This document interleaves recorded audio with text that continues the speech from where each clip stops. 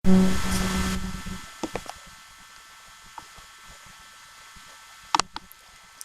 Assalamualaikum dan selamat pagi. Okey, untuk hari ni kita nak sambung bab 8. Okey, bab 8, kebijaksanaan raja dan pembesar Melayu menangani cabaran barat. Okey, jadi buka buku teks awak, muka surat 198. Okey. Okey, apa yang akan kita pelajari bab 8 ni ialah tentang perluasan kuasa British menimbulkan reaksi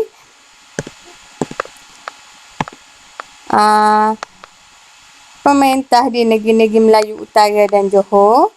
Okey, Raja-Raja Melayu berpakat dan mengatur strategi bagi menangani cabaran barat. Okey, para pembesar Melayu juga berusaha melakukan pemodenan di negeri masing-masing. Okey, kesepakatan usaha raja dan pembesar tempatan ini amat penting dalam menangani cabaran kuasa barat. Okey, kita terus kepada 8.1 muka surat 200. Okey, 200 iaitu reaksi pemerintah negeri-negeri Melayu Utara dan Johor terhadap tindakan barat. Okey, penguasaan British ke atas negeri-negeri Melayu Utara didorong oleh perkembangan politik serantau yang melibatkan persaingan kuasa barat, terutamanya British dan Perancis. Okey. Kesungguhan British untuk meluaskan kuasa ke atas negeri-negeri Melayu Utara terhasil melalui perjanjian Bangkok pada 10 Mac 1909 seperti yang telah awak belajar pada bab 4 dahulu. Okey. Pernah belajar kan? Okey. Protokol sempadan perjanjian Bangkok memecah belahkan wilayah negeri-negeri Melayu Utara. Okey. Okey, perluasan pengaruh British melalui perjanjian Bangkok 1909 memecah belahkan wilayah negeri-negeri Melayu Utara. Okey, British dan Siam mementingkan kedudukan pengaruh masing-masing tanpa mengambil kira soal kebudayaan, geografi, etnik dan agama penduduk tempatan dalam membuat perubahan sempadan. Okey.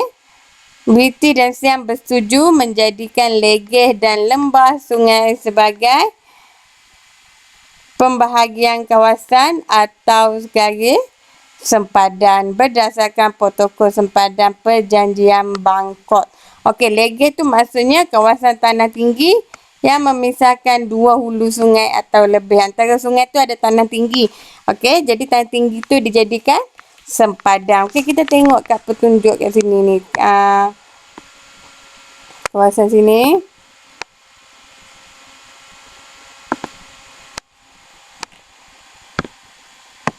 Okey. Ni Thailand kan? Sini. Okey, sini tanah Melayu. Okey, sini adalah sempadan darat. Okey, sempadan darat. Okey, yang warna biru ni ialah sempadan sungai. Sini sungai. Sungai ada Kuala Tabai, ada Sungai Golok. Pernahlah lintas kat sini kalau orang Kelantan kan. Okey. Okey, kawasan warna putih ni ialah kawasan yang menjadi wilayah milik Siam. Ni Thailand ni semua. Dan warna hijau ni ialah macam Perlis, Kedah, Perak, Kelantan, Terengganu ni ialah wilayah yang diletakkan di bawah sempadan naungan British. Okey.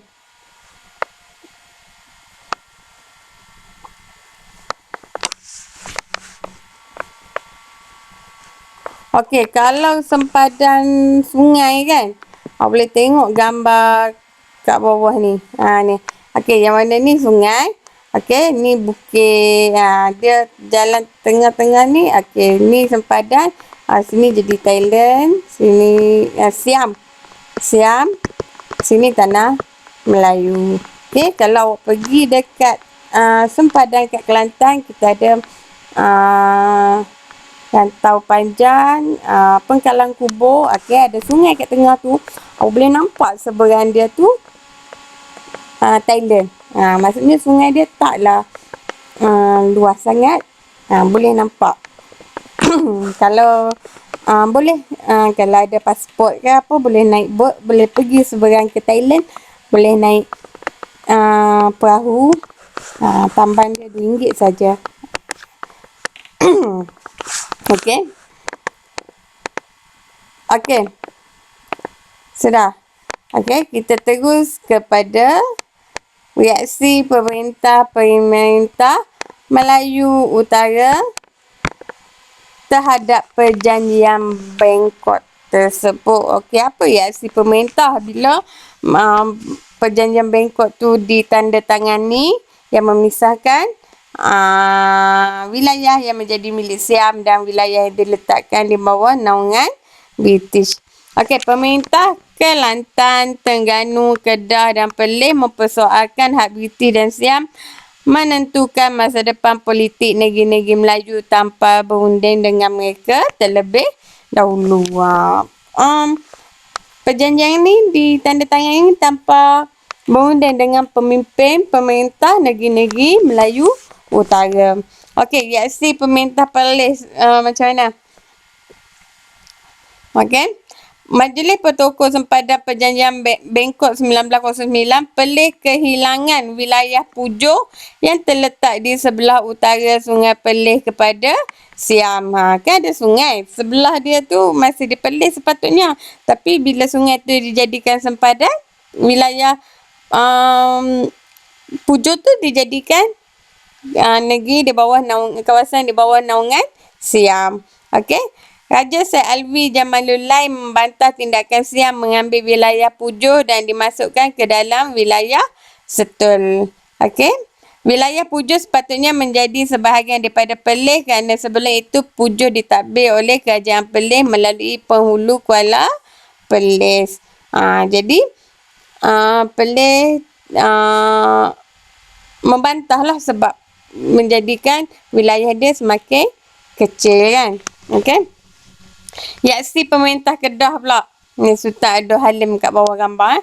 Okey, Sultan Abdul Hamid Halim Shah berasa tersinggung kerana tidak dibawa berunding perihal negeri baginda. Okey.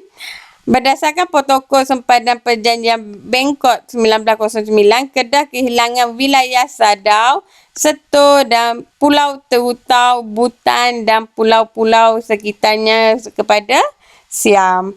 Okey, Sultan Abdul Hamid Halim Shah menegaskan sempadan baharu di antara Kedah dan Siam harus ditentukan mengikut kriteria sempadan yang sedia ada.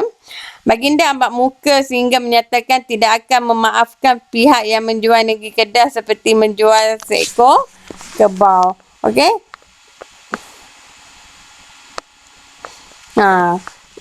Dahlah tak dibawa berunding kan. Lepas tu kehilangan banyak pulau yang sepatutnya berada di bawah negeri Kedah.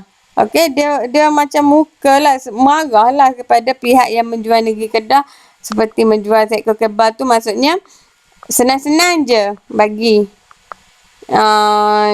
negeri kepada orang lain.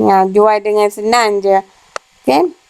Okey, reaksi pemerintah Terengganu. Ni Sultan Zainal Abidin III ni. Okey, perjanjian Bangkok tidak dapat diterima sama sekali oleh pelbagai pihak di Terengganu, terutamanya dalam kalangan sultan, ulama dan pembesar. Okey, Sultan Zainal Abidin III mengecam tindakan Siam menyerahkan Terengganu kepada British tanpa pengetahuan baginda dan mempertahankan kedaulatan negeri. Okey, baginda menegaskan bahawa Siam tidak mempunyai sebarang hak ke atas Terengganu. Okey, baginda mengulangi kenyataan bahawa penghantaran bunga emas bukan menandakan Terengganu adalah jajahan Siam, tetapi sebagai tanda persahabatan. Terengganu ni dia hantar bunga emas kepada Siam. Okey, jadi bukan bermaksud Siam Terengganu berada bawah jajahan Siam, tapi hanyalah sebagai tanda persahabatan. Okey, baginda mengemukakan bantahan kepada Gubernur Negeri-Negeri Selat pada 24 Mei 1909. Okey. Reaksi Sultan Kelantan pula iaitu Sultan Muhammad keempat. Okey. JF Masun dan Wakil Siam datang ke Kota Baharu menghadap Sultan Muhammad keempat memaklumkan persetujuan antara Siam dengan British melalui Perjanjian Bangkok 1909. Okey, dalam pertemuan tersebut, Sultan Muhammad IV menolak perjanjian berkenaan. Okey. Sultan Muhammad keempat juga kecewa dengan tindakan British menyerahkan wilayah Tabal iaitu daerah di Kelantan yang dihuni oleh 15,000 orang Melayu kepada Siam. Okey, wilayah Tabal tu lah yang cikgu cerita tadi. Sungai dia sempit je, dia kat kawasan sini. Ni tempat. Okey, kalau nak tahu pergi kat kawasan Pekalang Kubur. Okey, boleh nampak. Okey. Boleh nampak wilayah Tabal kat sebelah ni. Sepatutnya kat sini memang dihuni oleh orang Melayu. Okey, ramai. Tapi bila dah masuk belah Siam, jadi Sultan Muhammad kecewa lah. Okey. Okey, peta menunjukkan sempadan antara Kelantan dan Siam selepas Perjanjian Bangkok 1909. Sungai Golok dijadikan sempadan antarabangsa menyebabkan British menyerahkan wilayah Tabal kepada Siam. Okey, sebahagian besar penduduk Tabal berhijrah ke Kelantan kerana tidak mahu berada di bawah pemerintahan Siam. Okey. Okey. Jadi untuk hari ini setakat ini sahaja. Okey, esok pada kelas yang akan datang kita akan sambung lagi kebijaksanaan pemerintah Johor menyekat kemarahan British.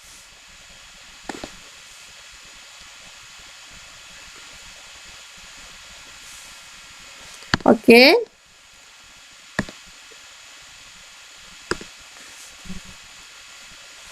Okey, kita jumpa lagi.